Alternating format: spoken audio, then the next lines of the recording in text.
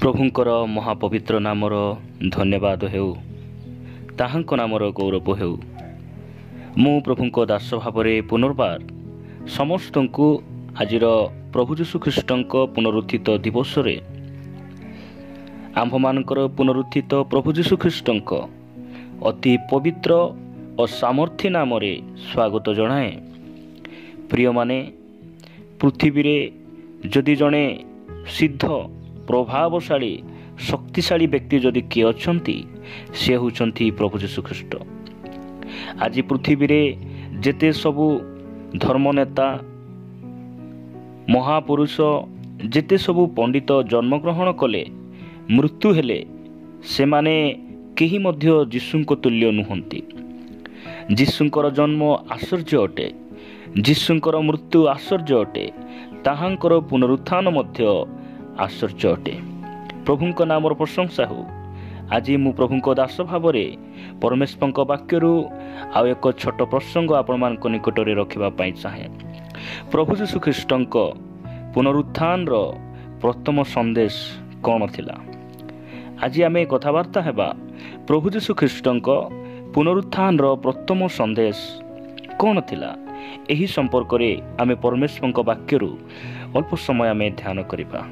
प्रभुंक नामर प्रशंसा हो। प्रिय प्रभुंक लोक माने प्रभु यीशु ख्रीष्ट तांकु जेते बेले क्रूसरे चढ़ाई दिगला से मृत्युवरण कले आउ तांकु कबर दिगला। 3 दिन 3 रात्रि परे से कबर को फटई कबर को फाड़ी से पुनरुत्थित हेले। आउ सप्ताहर प्रथम दिवस रे प्रत्युषरे अंधार थाउ थाउ जदि आमे जहन लिखित सुसमाचार 20 अध्याय 1 पद पढ़ू एठारे ए प्रकार लिखा जाए। सप्ताहर प्रथम दिन प्रत्युषरे अंधार थाउ थाउ मगदलिनी मरियम समाधि निकट को आसी सेथिरु पत्थर घुंचा जाइथिबा देखिले।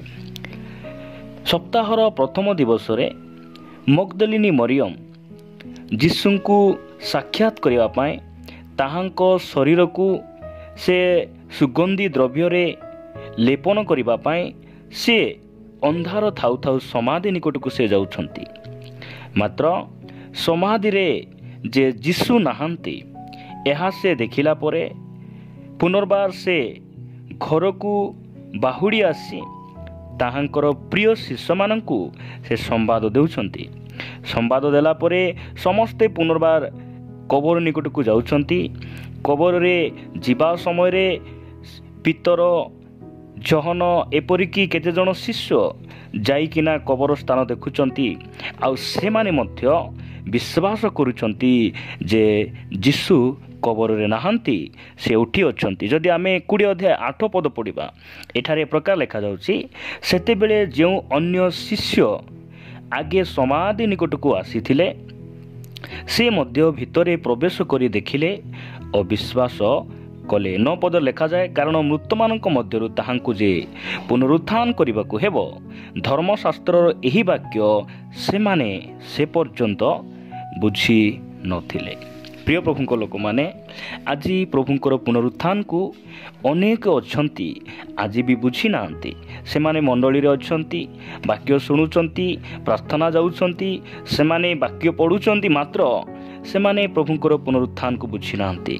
धन्य आंबे माने आंबे जने जीवित परमेश्वर को सेवा करूछु। धन्य आंबे माने आज दिन मानकरे ताहांकर जीवित धर्मशास्त्र को प्रभु आमान को बुझाउचंती। मु प्रभु को धन्यवाद दिए। से समय जेते बेले समाधि रे शिष्य माने मध्य आसिले आ समस्ते बाहुड़ी गले किंतु मगदलिनी मरियम समाधि बाहरे से रदन करू करू कांदी कांदी से मोर यीशु को मोर प्रभु को किए नहीं गले यह से भाभी भाभी समाधि निकट रहिले। 11 पद जदि आपण माने पढ़िबे एठारे प्रकार लिखा जाउची किंतु मरियम रदन करू करू बाहरे समाधि निकट रे ठिया होई रहिले।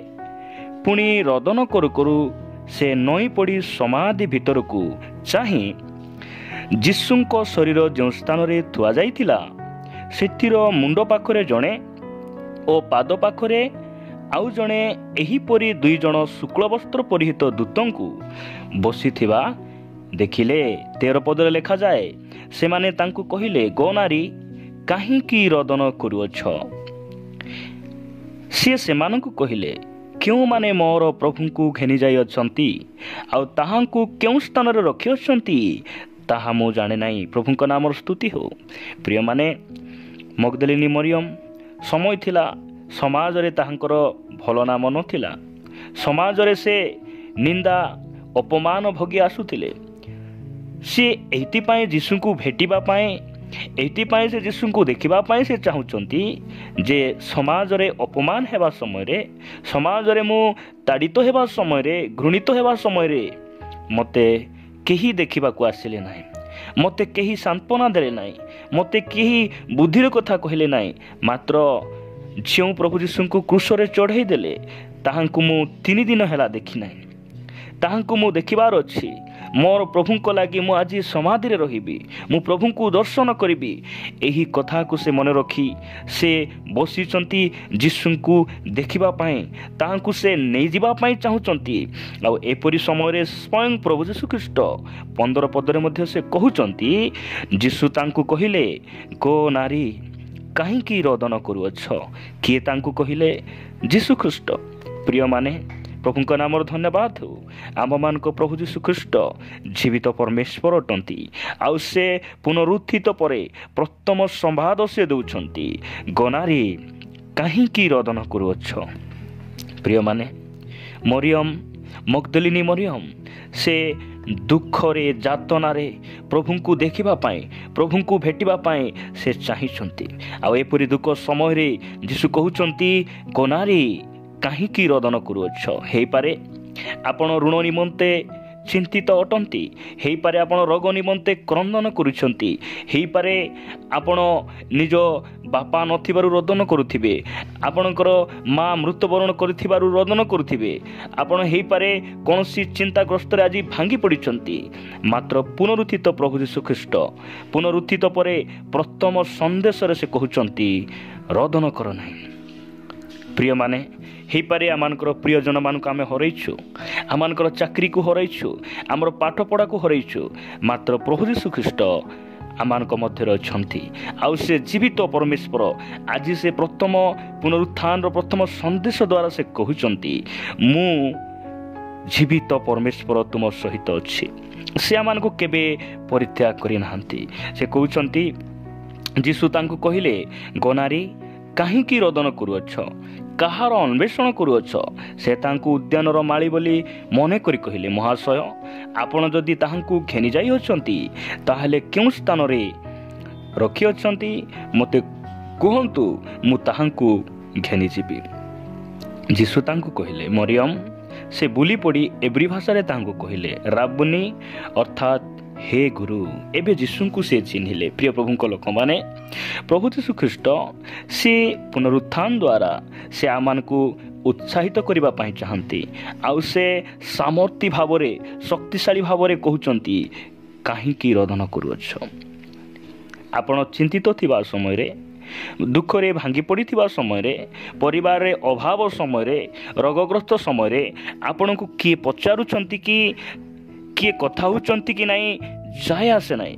ମାତ୍ର ପ୍ରଭୁ ଯୀଶୁ ଖ୍ରୀଷ୍ଟ ଆଜି ଆମମାନଙ୍କର ଯତ୍ନ ନେବା ପାଇଁ, ଆମକୁ ସାନ୍ତ୍ୱନା ଦେବା ପାଇଁ, ଆମର ଆଖିର ଲୁହକୁ ପୋଛିବା ପାଇଁ ସେ ଏକମାତ୍ର ସାମର୍ଥ୍ୟବାନ ପରମେଶ୍ୱର ଅଟନ୍ତି।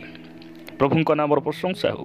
ଶେଷରେ ଆଉ ଗୋଟେ ପଦ ପଢ଼ି ମୁଁ ଆପଣମାନଙ୍କୁ ଉତ୍ସାହିତ କରିବା ପାଇଁ ଚାହେଁ। ଯୋହନ ଲିଖିତ ସୁସମାଚାର 16 ଅଧ୍ୟାୟ 22 ପଦରେ ପ୍ରଭୁ ଯୀଶୁ ଖ୍ରୀଷ୍ଟ ତାହାଙ୍କର କ୍ରୁଶୀୟ ମୃତ୍ୟୁ ପୂର୍ବରୁ ସେ ଗୋଟେ ବାକ୍ୟ କହନ୍ତି, ସେହିପରି ତୁମ୍ଭେମାନେ ବର୍ତ୍ତମାନ ଦୁଃଖ ପାଉଅଛ, କିନ୍ତୁ ମୁଁ ପୁନର୍ବାର ତୁମମାନଙ୍କୁ ଦର୍ଶନ ଦେବି, ଆଉ ତୁମ୍ଭମାନଙ୍କ ହୃଦୟ ଆନନ୍ଦିତ ହେବ ଓ କେହି ତୁମ୍ଭମାନଙ୍କ ଠାରୁ ତୁମ୍ଭମାନଙ୍କର ଆନନ୍ଦ ହରଣ କରି ପାରିବ ନାହିଁ। ପ୍ରେଜ୍ ଦ ଲର୍ଡ। ପ୍ରଭୁଙ୍କ ନାମର ଧନ୍ୟବାଦ ହେଉ। ପ୍ରିୟମାନେ, ଆମେ ବର୍ତ୍ତମାନ ଦୁଃଖ ପାଉଛୁ। ଏହି କ୍ଷଣିକ ଦୁଃଖ ଗୋଟିଏ ସୁଖରେ ପରିଣତ ହେବ। ପ୍ରଭୁ ଯୀଶୁ ଖ୍ରୀଷ୍ଟ ଯେତେବେଳେ ଆମମାନଙ୍କୁ ମେଘମାଳରେ ଦର୍ଶନ ଦେବେ, ସେ ଆମମାନଙ୍କର ଦୁଃଖକୁ ସେ ସୁଖରେ ପରିଣତ କରିବେ। ଆମମାନଙ୍କର ଆଖିର ଲୁହକୁ ସେ ପୋଛି ଦେବେ। ପ୍ରିୟ ପ୍ରଭୁଙ୍କ ଲୋକମାନେ, आमेमाने वर्तमान दुख पाउछु 100 वर्ष 70 80 वर्ष ହେଇପାରେ ଆମେ ରୋଗରେ ରହୁ ମାତ୍ର ପ୍ରଭୁ ଯୀଶୁ ଖ୍ରୀଷ୍ଟ ଆମମାନଙ୍କୁ ଗୋଟେ ମହିମାର ଶରୀର ଦେଇ ସେ ସ୍ୱର୍ଗର ଆନନ୍ଦ ଦେଇ ତାହାଙ୍କ ନିକଟରେ ନେବା ପାଇଁ ସେ ପ୍ରତିଜ୍ଞା କରିଛନ୍ତି। ପ୍ରିୟ ପ୍ରଭୁଙ୍କ ଲୋକମାନେ ଏହି ପ୍ରଥମ ସନ୍ଦେଶ ଦ୍ୱାରା ପ୍ରଭୁ ଆମ ସମସ୍ତଙ୍କୁ ଆଶୀର୍ବାଦ କରନ୍ତୁ ଏବଂ ତାହାଙ୍କର ପୁନରୁତ୍ଥାନର ଶକ୍ତି ଆମ ସମସ୍ତଙ୍କ ମଧ୍ୟରେ ପ୍ରବାହିତ ହେଉ, ଯେପରି ଆମେ ପ୍ରଭୁଙ୍କ ରାଜ୍ୟରେ ବଢ଼ୁଥିବା ସମୟରେ ତାହାଙ୍କର ଆଗମନ ନିମନ୍ତେ ପ୍ରସ୍ତୁତ ହୋଇଥିବା ସମୟରେ ଆମେ ଯେପରି ଜଣେ ସନ୍ଦେହୀ ଦୁର୍ବଳ ବିଶ୍ୱାସୀ ନହୋଇ ଆମେ ବିଶ୍ୱାସଯୁକ୍ତ ଆମେ ବଳବାନ ବିଶ୍ୱାସୀ ହୋଇ ଆମେ ତାହାଙ୍କର ପୁନରୁତ୍ଥାନର ସାକ୍ଷୀ ହୋଇ ଯେପରି ଠିଆ ହୋଇପାରୁ। ପ୍ରଭୁ ଏହି ବାକ୍ୟ ଦେଇ ଆମ ପ୍ରତ୍ୟେକଙ୍କୁ ବାହୁଲ ଭାବରେ ଆଶୀର୍ବାଦ କରନ୍ତୁ। ଆମେନ୍।